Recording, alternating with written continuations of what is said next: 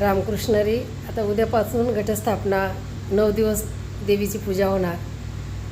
आणि घरामध्ये आई असते, बहीण असते, बायको असते. तर ती पण एक स्त्रीच आहे ना. मग हे 9 दिवस जर तुम्ही त्या देवीची पूजा करू शकता तर घरातल्या देवीला पण मान सन्मान द्यावं. ती कायमसाठी आहे. ही पण तर कायमसाठीच आहे. 9 दिवसाची जरी ती आपल्याला येऊन शिकवून जाते. जसं मला तुम्ही मान सन्मानने बघतात ना रे सर्वजण, तसं घरातल्यांना पण बघा, असं ती आपल्याला सांगून जाते.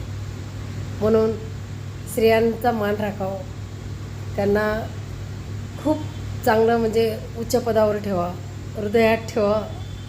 त्यांचा अपमान करू नका, त्यांना शिवीगाळही करू नका. काही जण दारू पिऊन येतात, खूप शिव्या देतात, नका करू तसं. असं म्हणतात ना, दिवसातून एकदा सरस्वती जिभेवर बसते, म्हणून ते तोंडामधून काही असं अभद्र काढत नका.